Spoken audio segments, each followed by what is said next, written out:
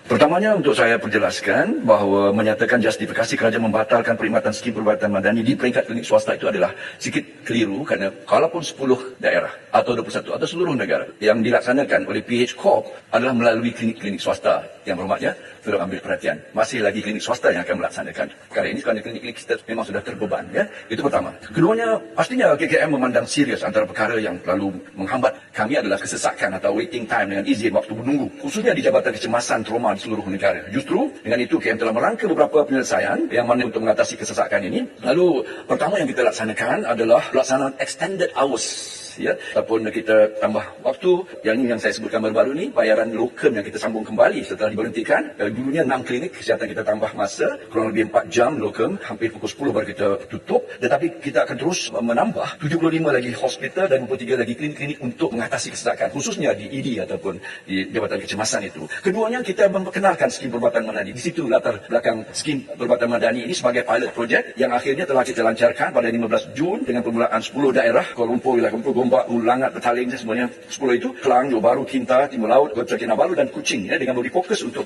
mencapai apa yang dikatakan mengurangkan kesesakan. Sikit sebanyak kita nampak kebaikannya itu. Kedua, kumpulan yang menerima itu adalah kumpulan yang menerima sumbangan tunai rahmah SDR, ya, boleh mendapatkan rawatan sakit-sakit ringan, ya, usual cough and cold, common ailment dengan izin, ya, percuma di klinik-klinik perubatan swasta, ya, yang berdaftar di bawah skim perubatan madani, berdaftar dengan PH Corp, anak syarikat kami, ya. Jadi skim ini telah diperluas kepada 11 daerah seterusnya, Kuala Terengganu, Kota Baru, Pasir Mas, Kota Star, Kuala Muda, Seremban, Kuantan, Melaka Tengah, Perlis dan Seberang Perai Tengah, pada 8 Ogos 2023 dalam fasa kedua, ya. Dan skim perubatan madani kemudiannya diperluaskan di seluruh negara pada 19 September pada fasa ketiga, ya.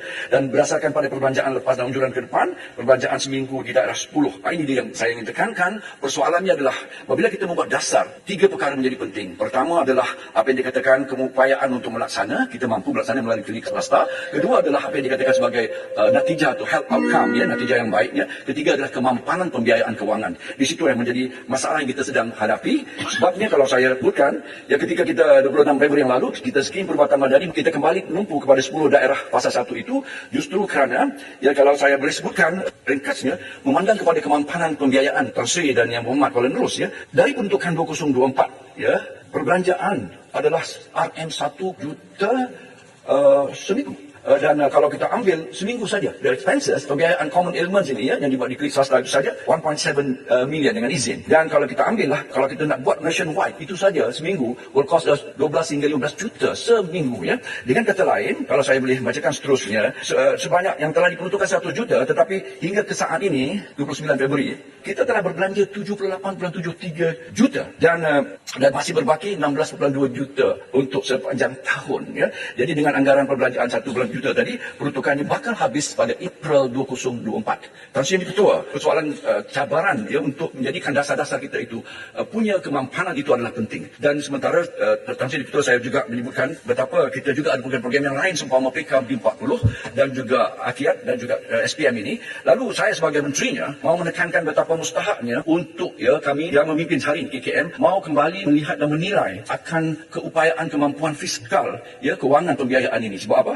Yang mustahak dalam skim ini adalah outcome. Dan kalau outcome-nya itu adalah hanya cough and cold, bahawa kesan daripada pendekatan yang PKB 40 menekankan tentang preventif, promotif, wellness, ya, ataupun penyakit-penyakit ringan ini, tetapi untuk benar-benar mendatangkan natijah health outcome yang lebih baik. Lalu dengan perbelanjaan yang begitu besar, kalau saya sebutkan, kalau kita mahu untuk melaksanakan seluruh negara, ia akan memakan perbelanjaan Tan Sri sebanyak 227 juta seluruh negara. Kalau kita mahu seperti mana yang mahukan ia di roll out pada seluruh negara. Justru ringkasnya begitu, saya ingin tekankan dalam kita merangka apapun bikinan dasar-dasar kesihatan, ia mesti pertamanya memenuhi satu health outcome yang lebih baik, lebih mapan dan juga pembiayaan yang lebih mantap dan lebih berjangka jauh. Melibatkan klinik-klinik swasta ini dalam program-program PK dan juga SPM ini, kita akan terus, sebab saya menekankan kolaborasi publik dan swasta dan sendiri. Terima kasih.